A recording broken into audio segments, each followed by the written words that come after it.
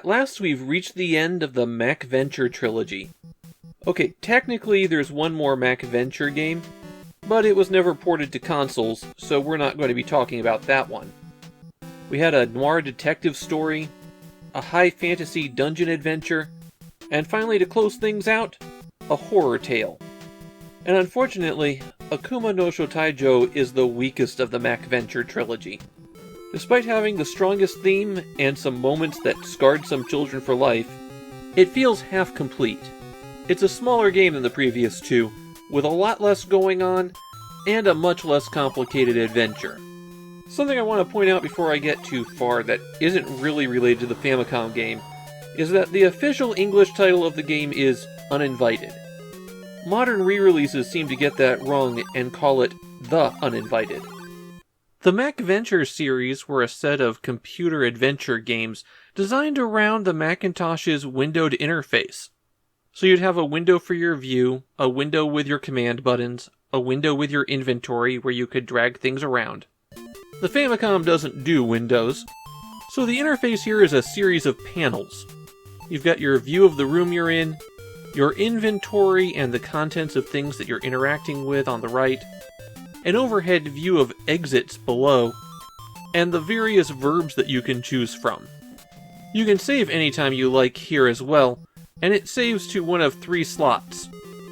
The story of Akuma no Shoutaijou is that you were in a car wreck, and your sister was abducted from the wreck, taken to an evil house. You follow along to get her back. The Japanese title means The Invitation of Evil, but there really isn't an invitation. Within the house, you go from room to room looking for items that you can pick up, and then use in the appropriate spot to get the next item. Sometimes you'll be accosted by the denizens of the place, and not having the exact right item on you will lead to your death. If you die and choose to continue, you just get sent back one room, so you don't lose a lot of progress. One thing you're going to notice is that the house is extremely small. Not counting the hedge maze, since that's really a bit of a cheat, there's only around 24 locations in the game, and almost all of them are accessible right from the start. All of the puzzles seem to consist of find the appropriate item and take it to the right spot. There's a ghost that won't let you make any progress, so you find a can of no ghost. That's the kind of thing that we're dealing with. And the translation for Akuma no Shoutaijou is pretty awful. Similar to Shadowgate, the translation seems to have been done by somebody who didn't speak one of the 2 languages, working from a dictionary, and never actually seeing the game. The tone of the language used makes it seem like the main character is about 8 years old, though the context of the graphics make it clear that you're much older than that.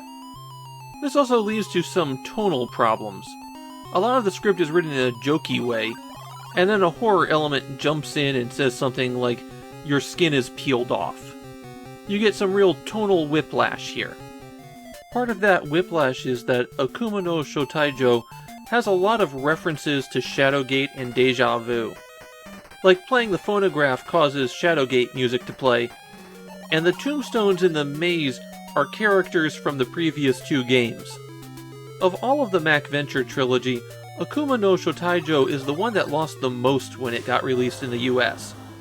As a horror game, a lot of its visuals had to be toned down, plus there's alcohol and religious iconography, everything that Nintendo was scared of having in an NES game. I've gotta say, I've never been fond of this one, and the Famicom version really didn't do anything to improve that opinion.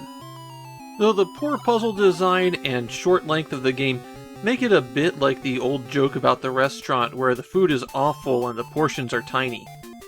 Kind of a shame, since horror adventure games weren't exactly a big genre at the time.